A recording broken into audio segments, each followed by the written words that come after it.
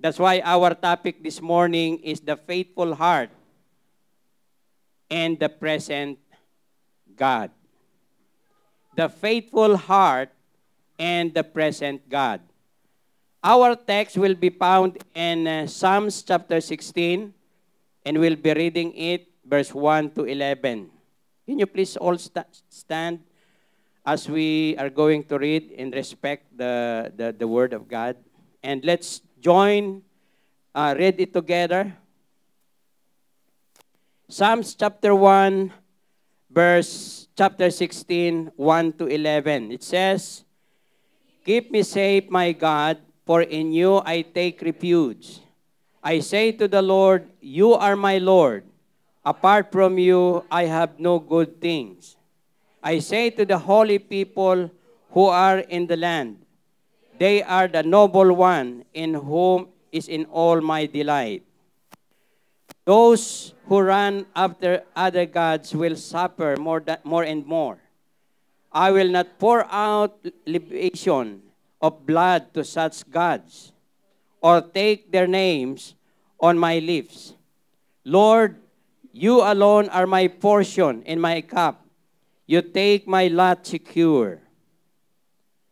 The boundary lines have fallen for me in the pleasant places. Surely I have delightful inheritance. I keep my eyes always on the Lord. With him at my right hand, I will not be shaken. Therefore my heart is glad and my tongue rejoices. My body also will rest secure. Because you will not abandon me at the realm of the dead, nor will you let my faithful one see decay. You make me known to me the path of life. You will fill me with joy in your presence, with the eternal pleasures at your right hand. May our God bless upon the reading of His word. Let's remain standing and let's pray. Lord, we thank you so much, Father, for the freedom to pray. Thank you so much, Lord, because you are the true foundations that we are founded in our faith, O God. Lord, thank you, Father. I pray that may your Holy Spirit will help us understand your word this afternoon. Prepare our heart, prepare our mind, and glorify your name in our lives, O God. Reveal yourself to us. In Jesus' name we pray. Amen and amen. Okay, the faithful heart and the present God. The verses that I would like us to study is on verse 8. It says, I keep my eyes always on the Lord, with Him at my right hand. I will not be shaken. Yan po ay NIV. That is taken from National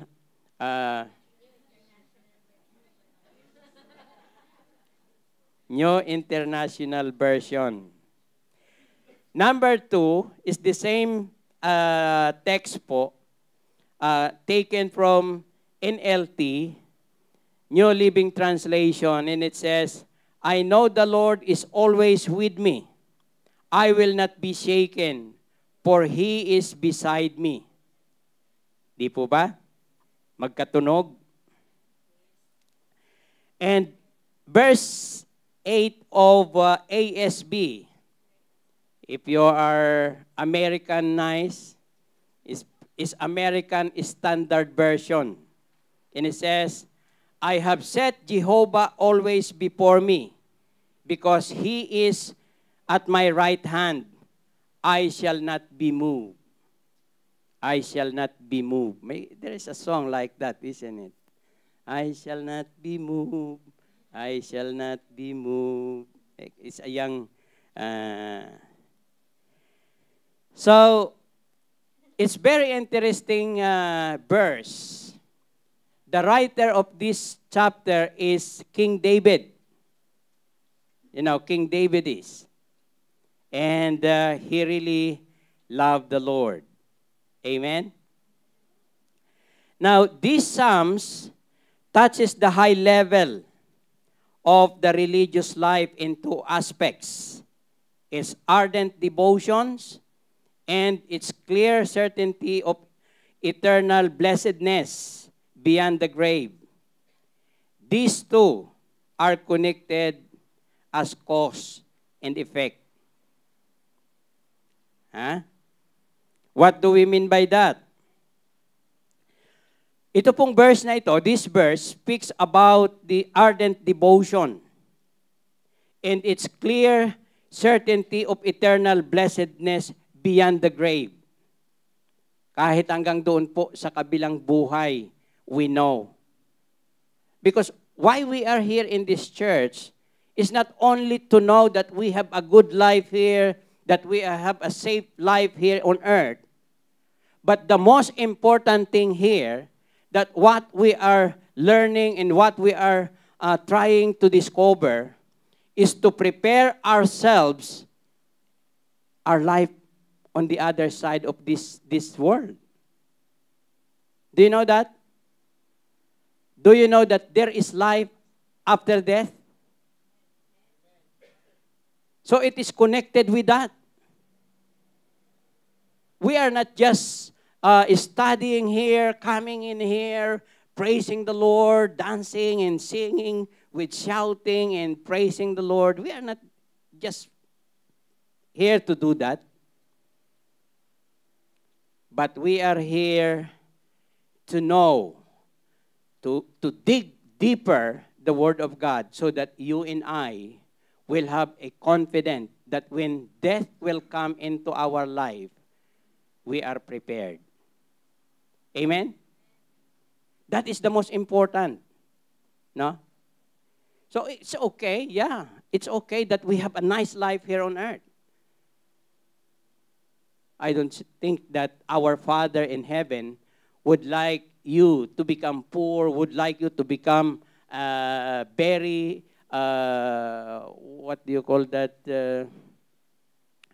irresponsible life here on earth.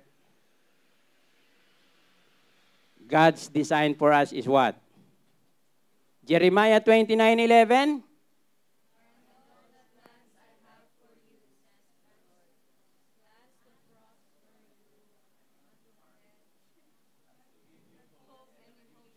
Okay. Jeremiah 29, verse 11. God says, "For I know I have a plan for you, not to harm you, but to prosper you." No? To give you hope of the future. To give you hope of the future. That is the most important thing. So,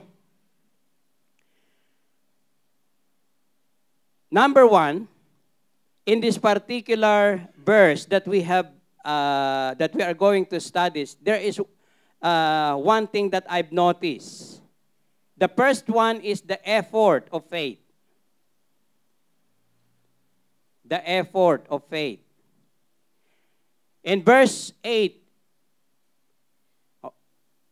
it says, "I keep my eyes always on the Lord." I said a while ago that this is the personal statement of King David.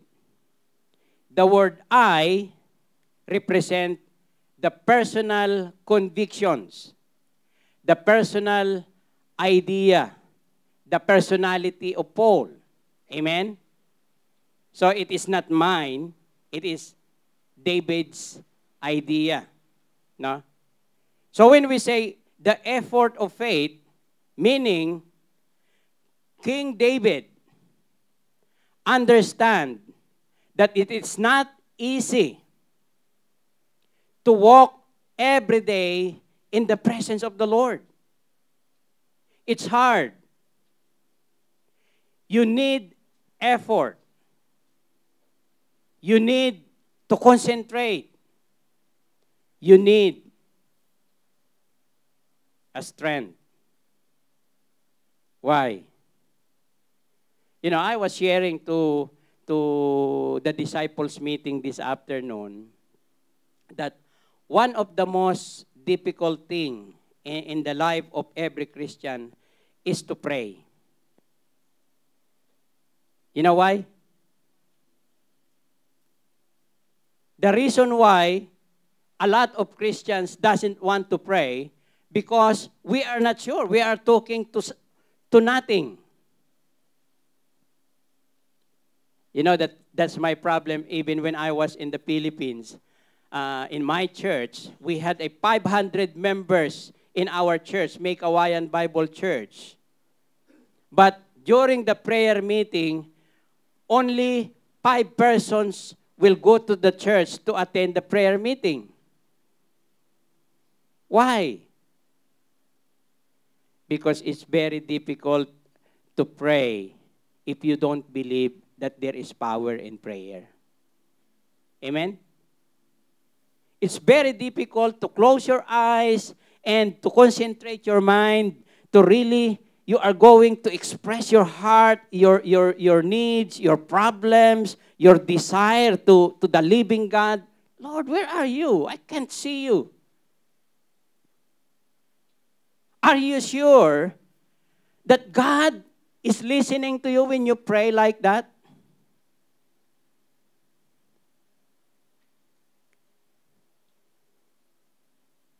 That's what King David says, I keep my eyes always on the Lord. I keep my eyes. It's not easy, isn't it? Because in this world, there are a lot of distractions around us, isn't it? Money, popularity, sexy, nice girls, nice places, isn't it? There are a lot of distractions. How can I always focus on God? And yet the Bible says, fix your eyes on Jesus, the pioneer and perfecter of our faith. Fix your eyes on Jesus. Pastor, may trabaho ako. So it's hard work. It's hard work for the psalmist to keep himself continually in touch with the unseen God.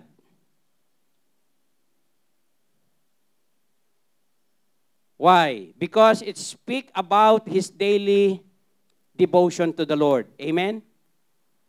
It speaks about his daily devotions to God. You know, one of the requirements of this church, we would like to encourage everyone to have a devotion. That's why Tita Heidi said that if you are history maker,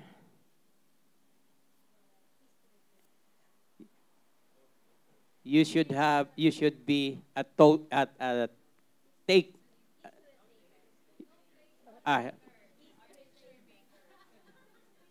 sige na nga. Okay. So you know what I mean? But let me ask you, can you please honestly raise your hand? Who among you here with a pen in your hand and a notebook in your hand? Can you please raise your hand? One? Marami-rami naman. Marami-rami naman. Cellphone. Okay, those who have a cell phone, taking note through the cell phone, can you please raise your hand?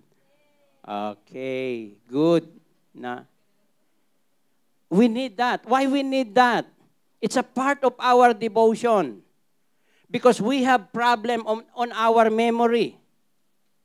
You know, even I myself, Jap is asking me about the topic for next week. I finished it, prepared it already, but I cannot remember the title, just the title. I can't remember it. I can only remember that if I will go back to my notes. That's why we would like to encourage everyone, if you are genuine and truly believers of our Lord Jesus Christ, you need to take note so that when you need it, you can go back to it. Amen? And that's what King David says. I keep my eyes always on the Lord. It speaks about his devotion, his commitment to the Lord. Number 2, it speaks about his daily prayer to God that I mentioned already. It's very difficult to pray. Madalas nga po, more often at home when I'm praying on my bed. When I started praying before I sleep, my amen will be tomorrow morning. So don't pray in your bed. Don't pray in your bed. You must have a place wherein you can kneel down, you can pray, and you cannot sleep. Because if you are going to pray in your bed, your amen will be tomorrow morning. Amen to that? Don't do that. But praise the Lord po, the Lord is keeping me up. I was able to pray regularly. I was able to pray before I sleep and after I wake up in the morning too. Pero my prayer, if I will compare my prayer to the Muslim people, I said, wow, my prayer life is nothing compared to the Muslim people. You know why? Because the Muslim pray 5 times a day. How many times we Christian pray?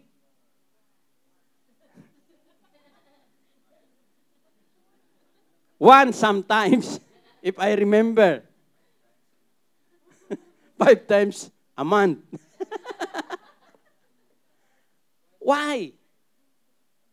Do you believe that there is power in prayer? Why we don't want to pray? Because it's hard, isn't it? It's hard. No. That's why King David says, I keep my eyes always on the Lord. Keep my eyes. Struggle. But we need to do it. Amen? It speaks about his daily connection with God. Do you know what the Bible says in the parable? If you abide in me and my words abide in you, ask whatever you will and it shall be given to you. The word abide in that particular chapter mentioned how many times?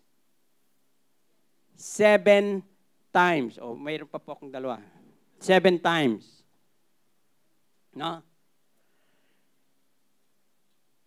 In the principles of the Bible, if the word was mentioned more often, meaning it is very, very, very important. So what God is trying to tell us on that parable is the connection.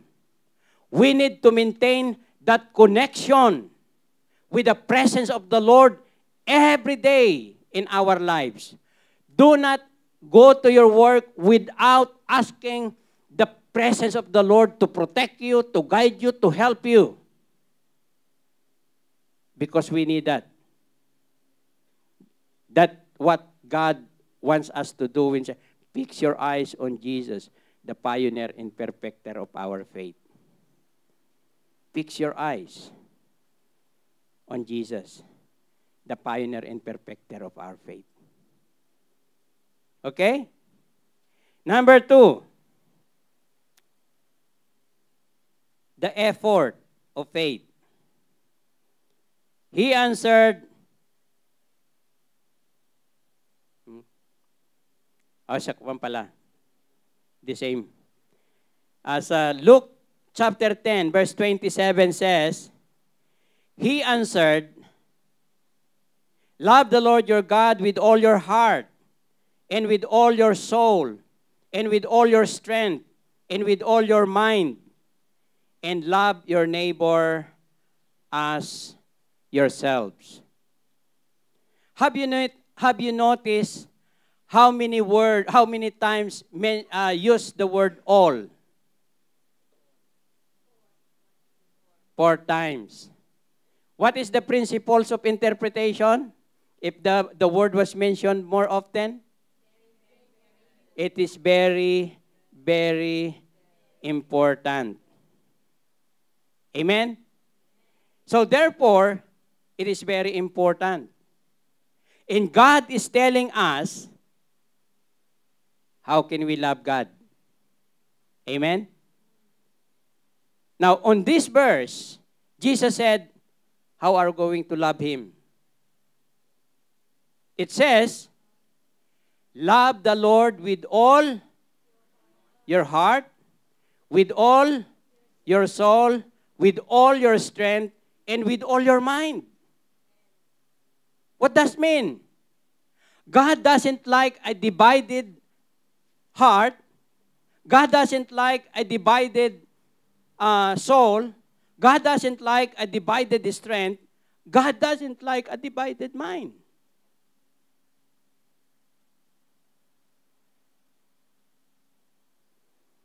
What God wants is, if we are going to love Him, we must love Him with all our heart, with all our soul, with all our strength, and with all our mind. Amen to that. God doesn't want, Lord, I will love you only 95%. Give me 5% left for me.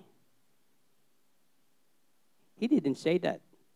Lord, I will give you 1/3 of my soul. Lord, I will give you 1/3 of my strength. Lord, I will give you just half of my mind. The other half of my mind will be going to think about what I need in this world. A divided mind. Would you think God will honor that? Do you think God will accept that? Let's say, if you are a girl, and you are a young girl, you are single, and there is a man, a strong man, and he will come to you, he will court you and say, I love you, but I will love you only half. I cannot give my whole love to you. Would you consider that man to be your husband?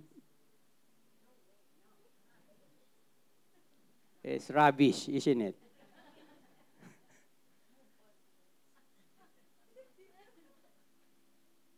We don't want like that. There are a lot of broken families today because they don't understand how to love their wife.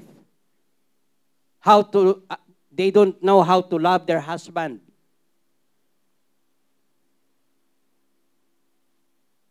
Because they didn't know how to love God fully. If we know how to love God with all our heart, with all our mind, with all our strength, with all our soul, I tell you, we know also how to love our wife or how to love our husband. The same thing. Amen to that. That's what God is asking us. It's not easy. It's hard. But God is requiring us to love Him more than anything else here on earth. Amen? Okay, number 2. The Ali. The Muhammad Ali of faith. What do we mean by that? The second statement, he said, with him at my right hand. With him at my right hand. No? What King David is talking about here? When we say Ali, no, usually it is familiar when we are going to our wedding, the aisles, no?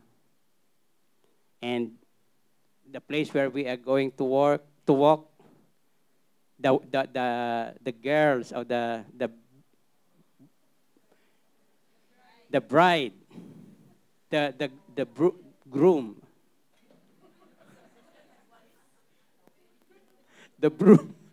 the groom will just be waiting there on the altar, isn't it? That's what I would like to make you happy. No? So we are sometimes so serious. So let's make it a little bit funny. So I will not be shaken. Oh, not, I'm only on number 2. With him at my right hand. Sino kaya yung him dito? At my right hand.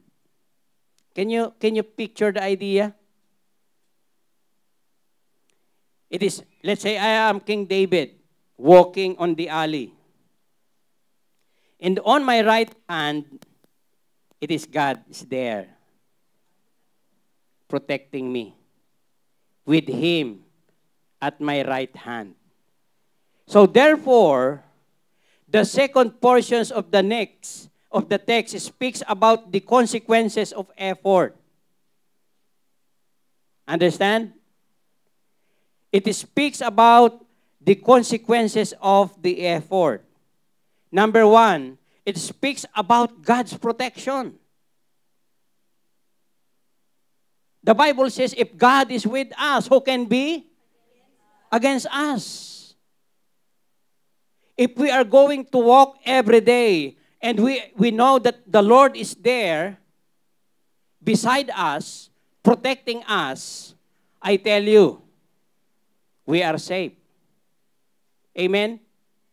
If there is something going to happen to us, accident, God allowed that for you to learn. Amen? Secondly, it speaks about God's provision. You know, in the life of King David, he learned how to trust the Lord, and God's provisions is more than enough in his life.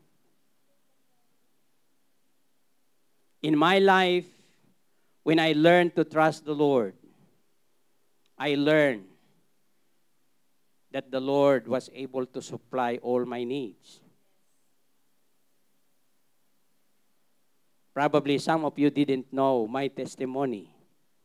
I was working before in the factory as a supervisor in Sterling Steel. And I was convinced that God is calling me to go to the seminary at PBS College of Bible in the Philippines. But I said, who is going to support me? When my pastor talked to me, he said, trust in the Lord. Do you believe that your God is alive? And I said, of course, he's alive. And, you know, he said, if you are going to walk, he will be happy. Remember my son, Samuel? When he was 1 year old, I tried to stand it here, there, and I said, walk, walk, walk. And when he walked, when he first stepped and fell, I'm going to catch him. That is the idea. God wants us to walk by faith. And when we fail, our God is going to catch us. Our God is going to catch us. No? So don't be afraid to walk by faith in the Lord. Sometimes we don't have money, just trust in God. Because if you will obey God, you will see, you will experience the power of the Lord. So I followed this advice. I resigned from my job.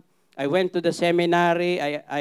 I applied, and I've given an opportunity. And for 6 years in the seminary, the Lord proved me that He is faithful because I am still alive after 6 years.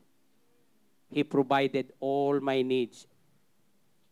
It's very expensive, but I tell you, I don't know who supported me, but God supported me.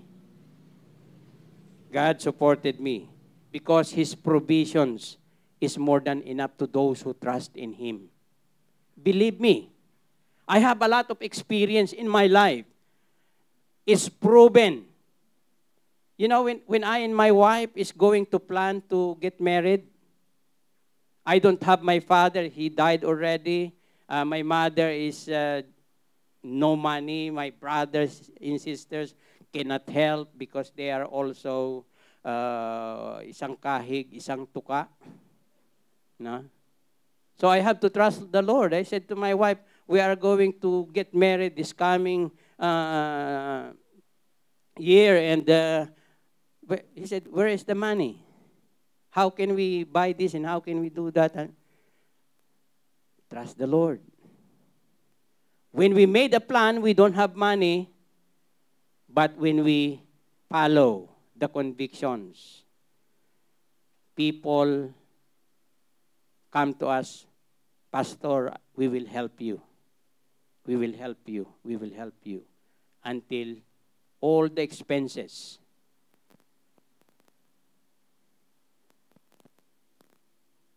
Wala po kaming utang na natira. May pamasahe pa going to the honeymoon. Remember that? So God is good. Amen? God will never lack supply if we are going to trust Him.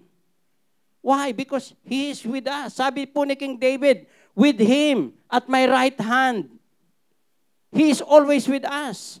God is Emmanuel. God is with us. Are you sure that you accepted the Lord Jesus Christ in your heart? Are you sure that you are a Christian? Do you know the word Christian is? Huh? Do you know the word Christian is? The word Christian, it is Christ. And the last word, I-A-N, that's us. I am nothing. I am hopeless. I was born in this world, nothing, naked. I owned nothing. I am a sinner and I am hopeless. And I need my Savior. When I ask the Lord Jesus Christ to come into my heart, and I know Jesus Christ is there already, that's why I can say, I am a Christian because Christ is in me. Amen? How can you say you are a Christian if Christ is not in you? We are Christian because Christ is there. Christ lives in there.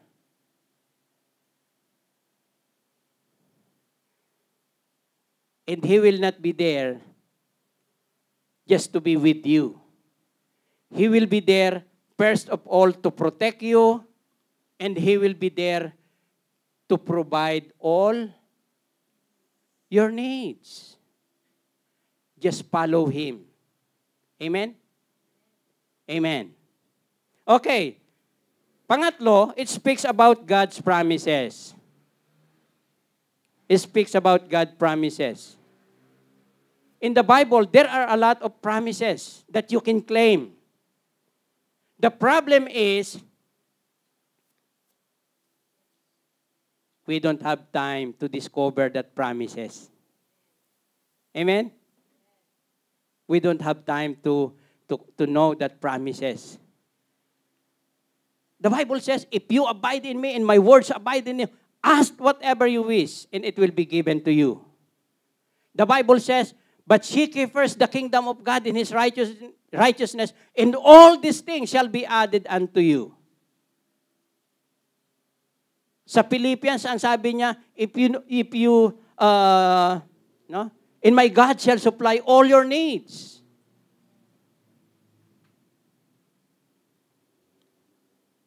But to whom we put our trust? To whom we put our trust? In our money in the bank? In our work? I tell you, if you are going to put your trust on that things, you will gain nothing. Much better to trust the Lord, because our God knew already the best thing for us. Amen? So, the only way, my brothers and sisters in the Lord, the only way to know the promises of God is this. We have an Impiqua every day. Read the Word of God every day. And the way how to read the Bible is we have Impiqua. Message, what is the message? P, what is the promise? C, what is the command? W, what is the warning? And application. How I'm going to apply it in my everyday life.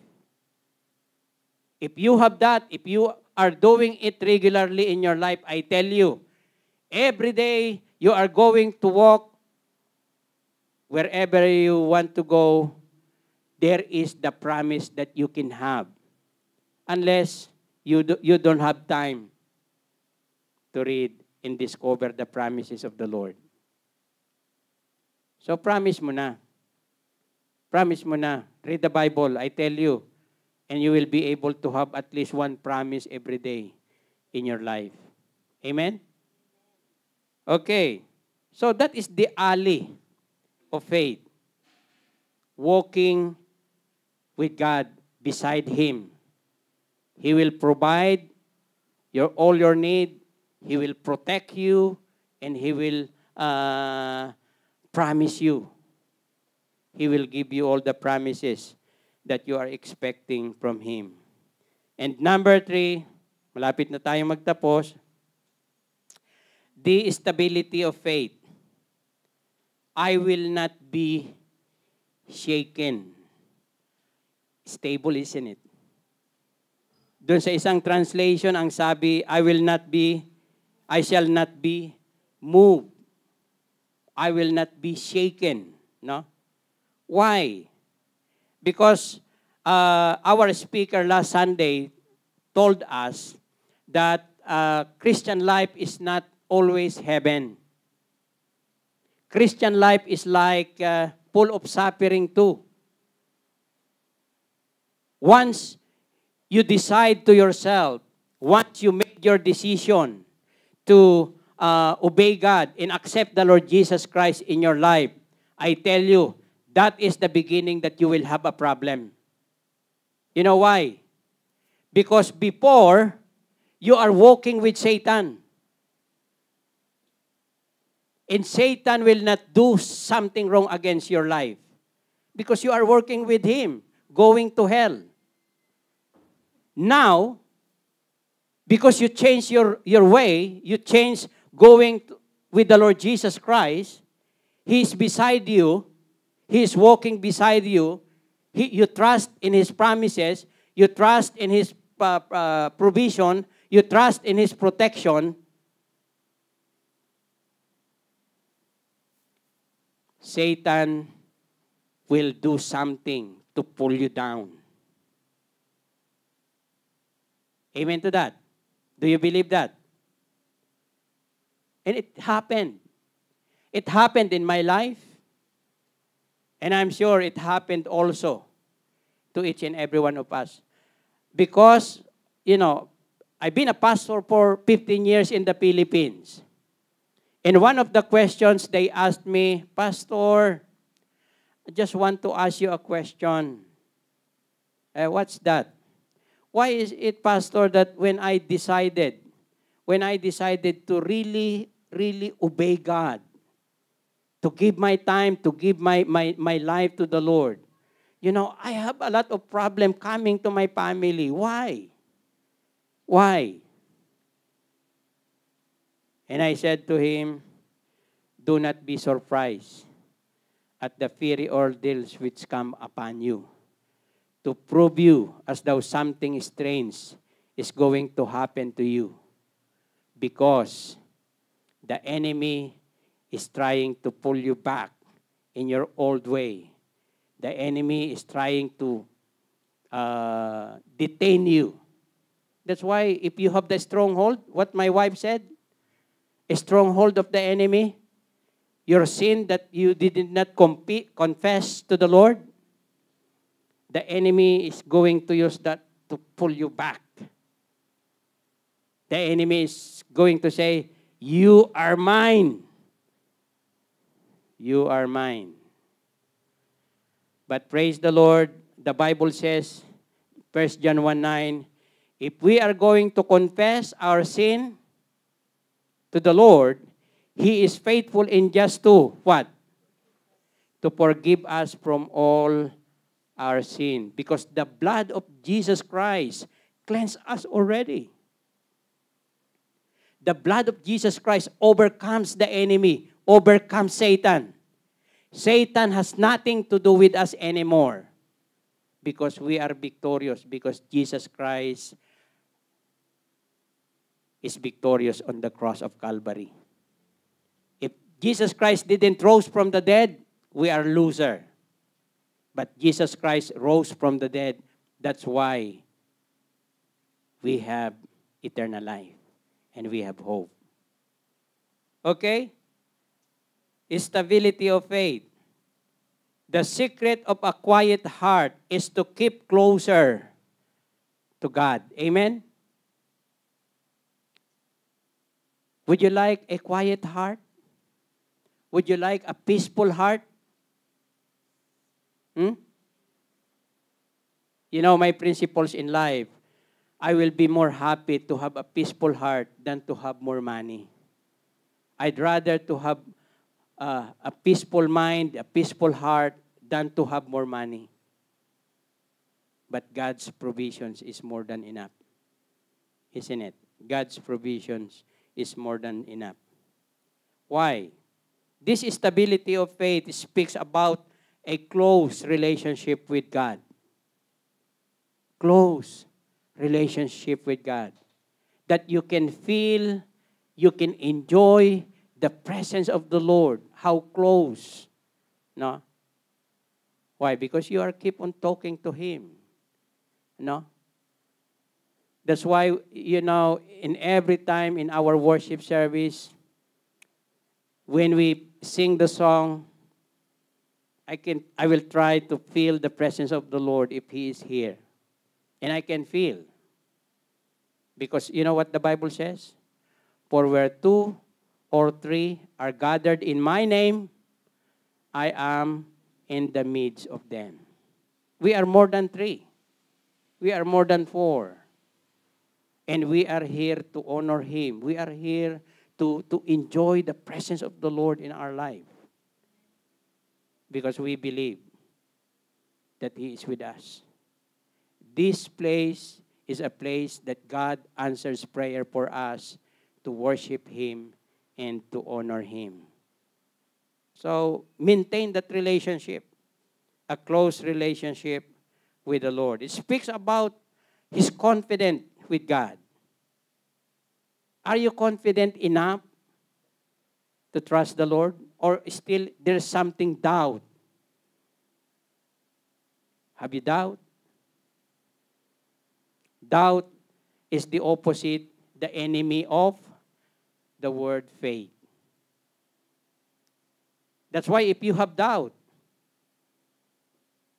the power of God will not be able to work in your life. Remember that?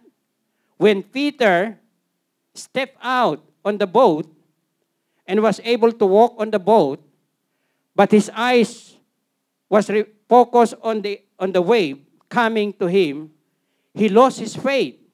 And what happened? He has doubt. And he began to sink. You see? He already was able to experience to walk on the water.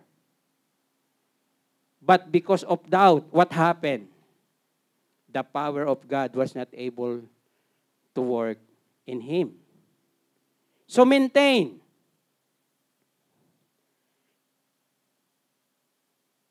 Let us have that confidence. Don't doubt. Don't entertain any doubt in your mind and in your heart. When you believe God, believe in your heart. Claim it.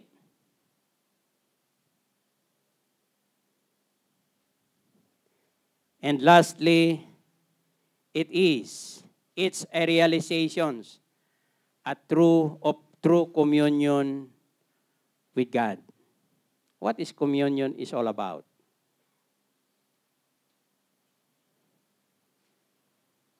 Communion.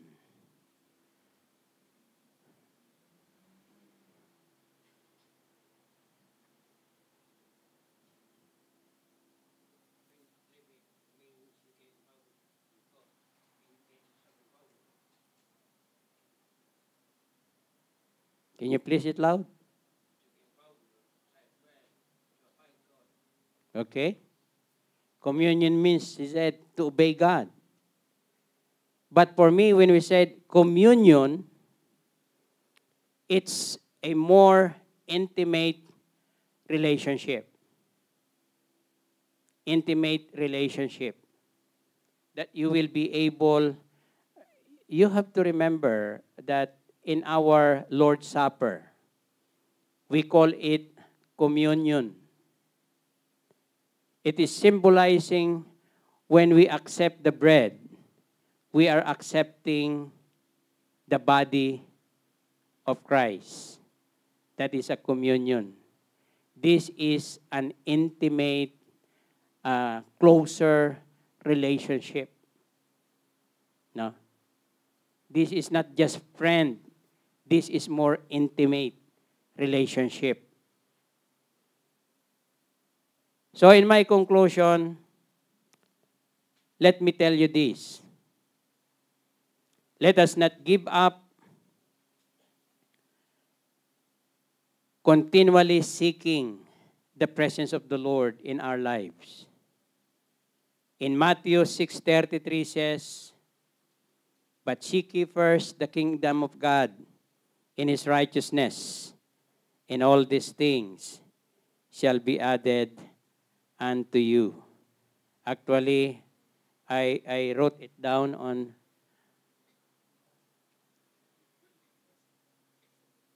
the last part.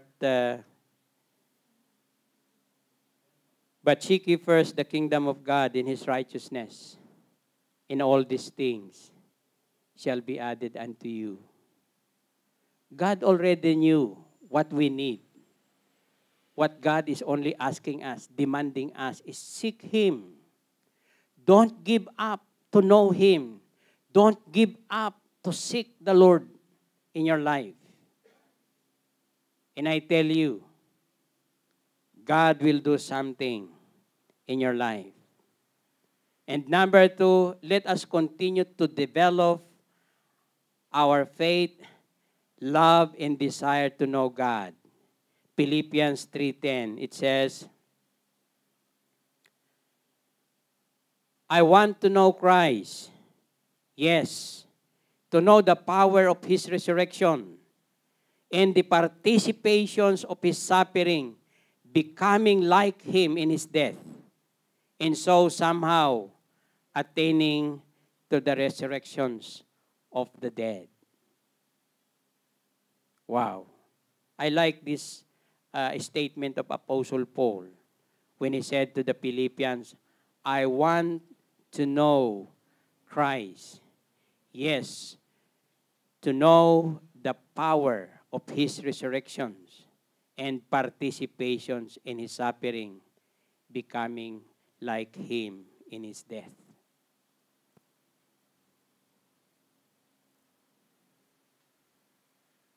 So don't give up, my brothers and sisters in the Lord. Let us continue to develop our faith, love, and desire to know God.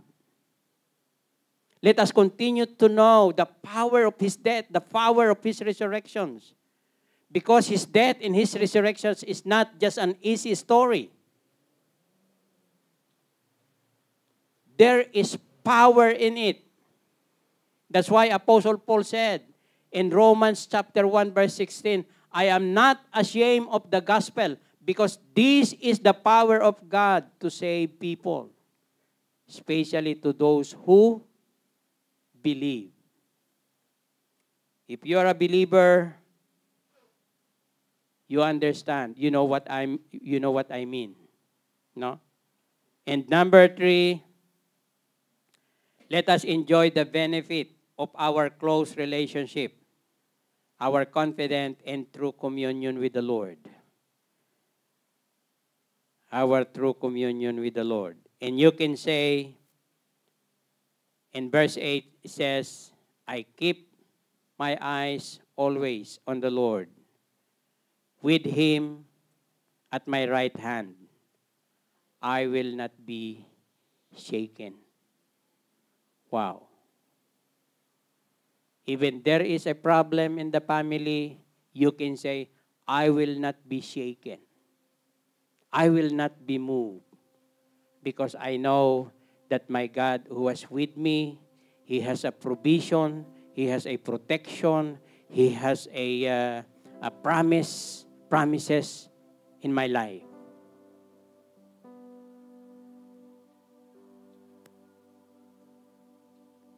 At sasabihin po natin, habang ako'y nabubuhay, while I'm here on earth, I keep my eyes on Jesus. I will keep my eyes on God. I will not be disturbed by anything around me. I will just focus my eyes on Jesus, the pioneer and perfecter of our faith.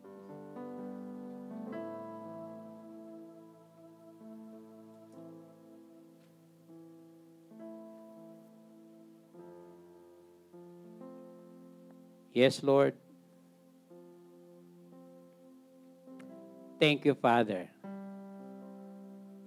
Because we believe in the real experience of King David, O God. I know how he shared to us, and we understand him. It's not easy to focus our eyes in you, because there are a lot of distractions in this world, oh God. The demand of money is very strong. The demand of material things are very powerful. But Lord, if we are just going to open our heart and in our mind, you are the God who created all these things.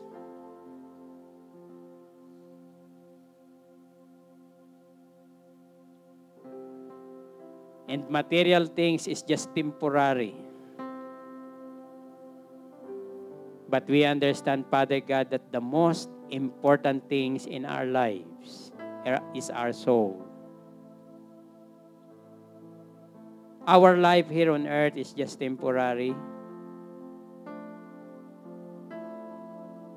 Whether we like it or not, death will come.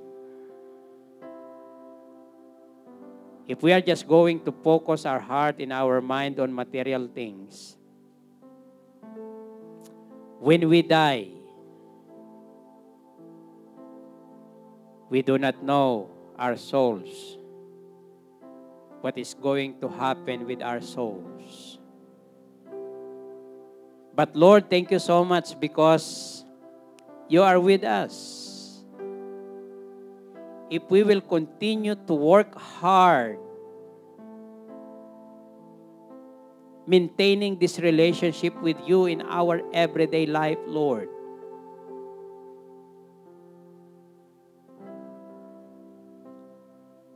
your word is full of promises. Your word is full of provision. Your word is full of protection. As you have said, O God, I will never leave you nor forsake you. Lord, thank you so much, Lord, this afternoon that we once again we have heard your word. And we just want to respond, Father God. We just want to respond to your word, oh God.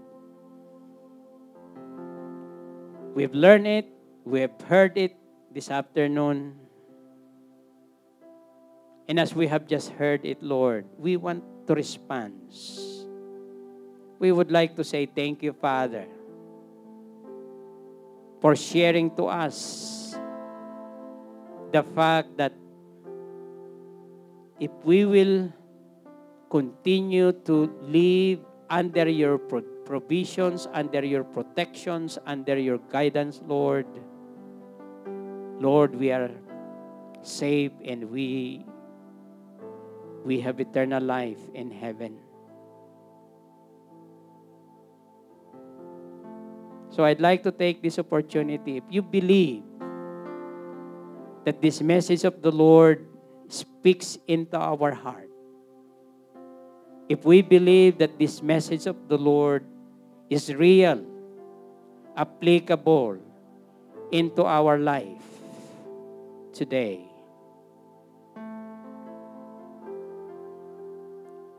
and you would like to say, Lord, I want to love you with all my heart. I want to love you with all my soul. I want to love you with all my strength.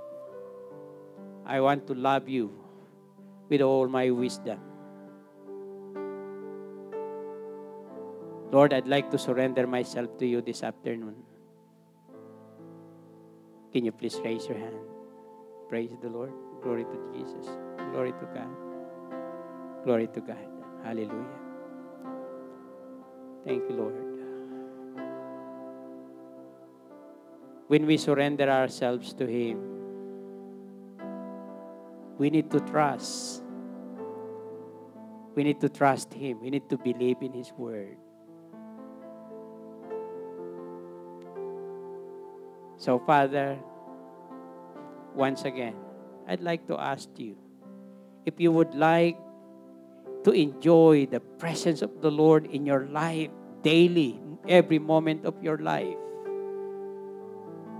You want to live a peaceful life here on earth, and you want to walk with Him daily.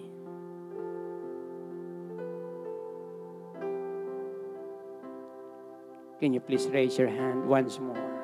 Praise God. Praise the Lord. Hallelujah. Glory to God. Glory to Jesus. Shall we all stand?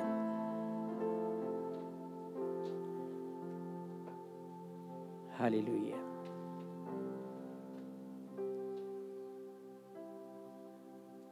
Our God, loving Heavenly Father, we honor you, O God. We honor you. And we thank you, Lord, because you are with us this afternoon. You bless us. You touch our lives. You touch our heart by the power of your word.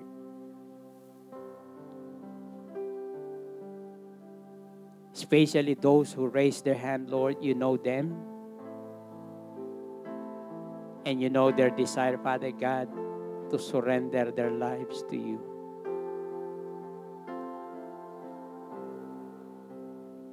Your word says in Romans chapter 12, verse 1, I urge you therefore, my brethren,